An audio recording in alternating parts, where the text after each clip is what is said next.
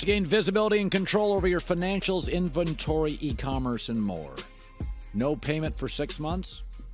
NetSuite by Oracle. Go to netsuite.com/herd. Well, the news broke right around their show yesterday. First things first. Chris Broussard, Nick Wright, Kevin Wildes were on it. So one of the things that's fairly obvious is, and you pointed this out, is that Chris Paul stylistically is kind of a walk-it-up-the-floor, mid-range guy, and this offense has been about movement and speed and pace. So I'll ask you this. We all can kind of figure out it's a weird kind of thing. A, they were tired of Jordan Poole's immaturity, and he didn't have much of a trade market, so they found a buyer on that. But is it also acknowledging that Steph's 35, Draymond's 33, Klay 33, they can't win the pace game anymore. Sacramento ran against them and succeeded. That they're going to slow things down. What they chose is maturity over speed. Situational IQ over speed and youth. Because, I mean, there's an argument they just got older and smaller, which nobody wants to do. So I think it's the first of two moves. I mean, what do you make of the whole thing? Well, there better be other moves coming. I mean, if this is their move, then they're not going to get out of the West. They have no chance of getting out. There are two benefits to this. The first one's off the court, Colin. They wanted to get off Jordan Poole's long-term contract, big money. And, you know, we all know how punitive now the new collective bargaining agreement is going to be. So they traded a long-term deal for a one-year deal in Chris Paul. Obviously, you also got the stench of the fight or the sucker punch from Draymond and Jordan Poole out of your locker room. Everybody seems to be, you know, with Draymond on this. So now that's out of the locker room. They should be fine in that regard.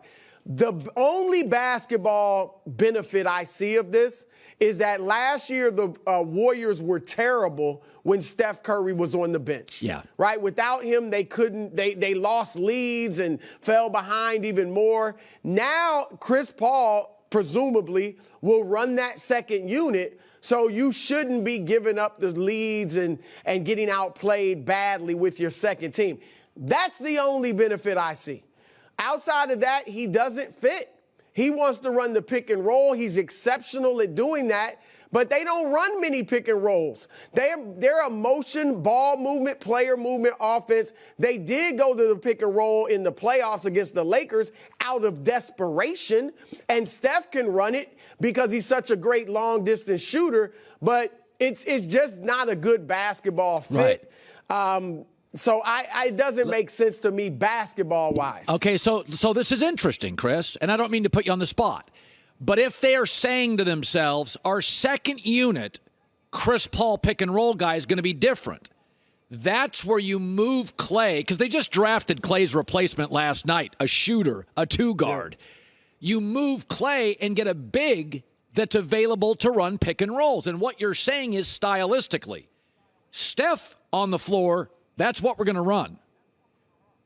Our second unit is going to be more pick and roll. Is there a big out there? Because they need to get bigger. Is there a big out there that could be available that's a pick and roll big? Yeah, look, I mean, the big out there is Brook Lopez. He can shoot the three. Remember, early in his career, he was a post-up scorer. He's a great defender.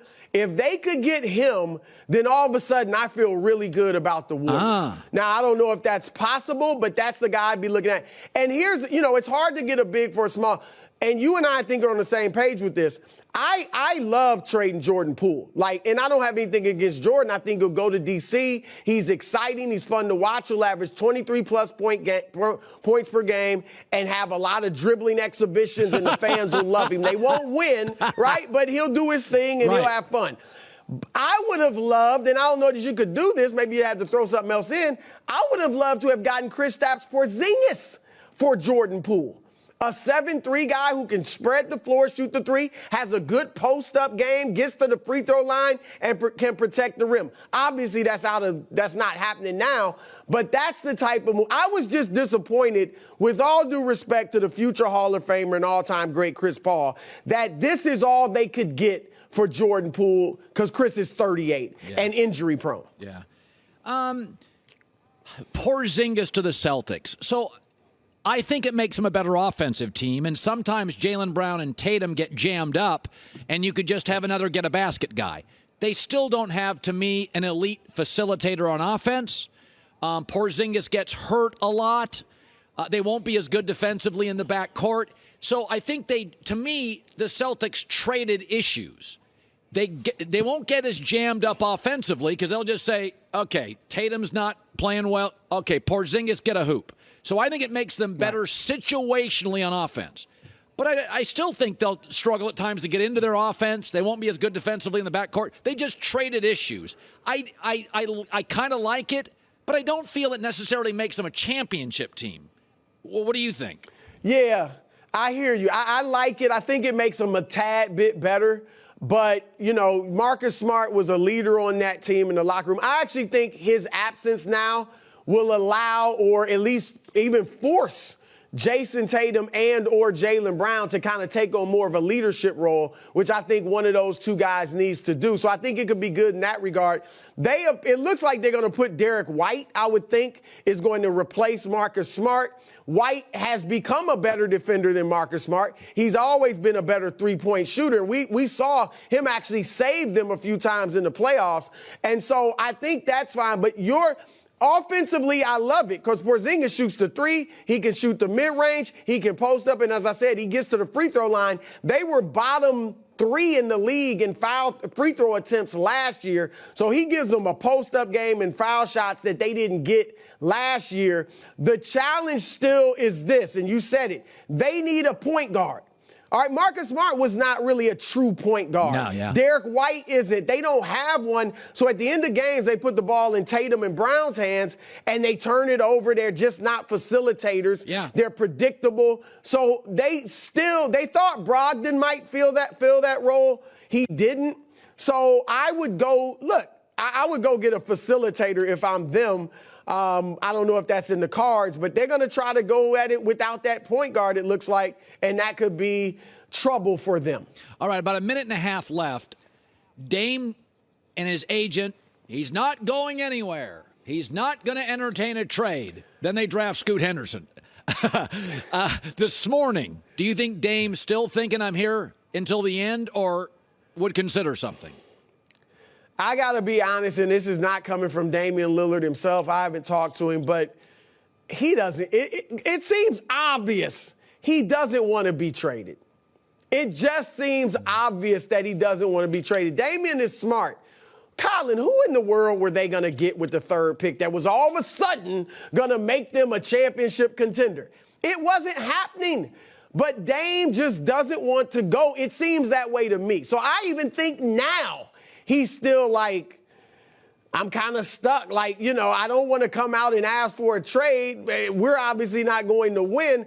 I think the Blazers, look, it's best for both parties to separate. It's not just best for Dame. We always talk about we want him to get a championship. It's best for the Blazers. Where are they going with this team? Yeah. They're not going anywhere with this group. Scoot Henderson needs the ball in his hands. He's not a shooter. Doesn't shoot the jumper. Shot 27% from 3. He said he's coming out to win Rookie of the Year. They already have Anthony Simons. That's your backcourt of the future. Simons and Scoot Henderson. And then you got Shaedon Sharpe on the wing. They need to trade Dame. I think Philadelphia, Tyrese Maxey and Tobias Harris for Dame and maybe Matisse Thybulle. I'd like that. If I'm Boston, I'm seriously considering offering Jaylen Brown for Damian Lillard. I heard you earlier, and you're right. What does Miami have to offer me? If I'm Portland, I'm not just trying to do Dame a favor. That's part of it, but I'm not giving him up in a bad trade, and I don't see anything realistic that Miami can give me. So Miami better be looking for 3 or 4 team deals if they want to get Damian Lillard if I'm the Blazers. Co-host of First Things First brings the energy in a Friday. 4 shows. He's got energy for 5 and us. I love him. Chris Broussard. Brew, it's always good seeing you, man. You too, Colin. All right. He does such a good job for us. I don't know. All I know is this. The draft is about hope and youth, and I want to watch Scoot play.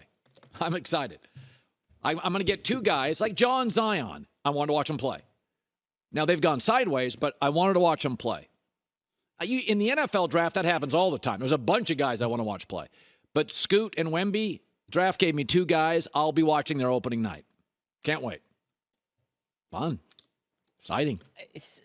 Would you give up Tyrese Maxey? Is that what Broussard said? Tyrese Maxey in a package for Dame? Dame and Embiid? That's a different I think team. Dame and Embiid's great, but are you parting with Tyrese Maxey, who's like a young ascending dude? Tyrese Maxey, was he like 23? You got him for 10 years versus Dame for like 2 or 3? Dame and Embiid is a different team. Who's the third guy? Ben Simmons is gone. Tobias Harris. He's your third. Stop. Come on. Well, he was a nice player. He gives you, what is he, about 17 a night? Tobias Harris, a good player. He's a good 3. I'm not doing that. By the way, Aaron Gordon was just a good player. He went to Denver. Why is Portland adding another guard? I need a forward. I've got the team. Broussard didn't say it. Final hour for sure. It's coming. Well, you could bring him over and move one of these guys, Simons or something. Scoot your future. Scoot and Sharp are the guys that you want to be building around. They look like big-time prospects. Yeah, they are. How do you own the day in sports? Make incredible plays. How about for the rest of us? Try Irish Spring at your local retailer. When the spring hits you, you're ready to own the day, Irish Spring.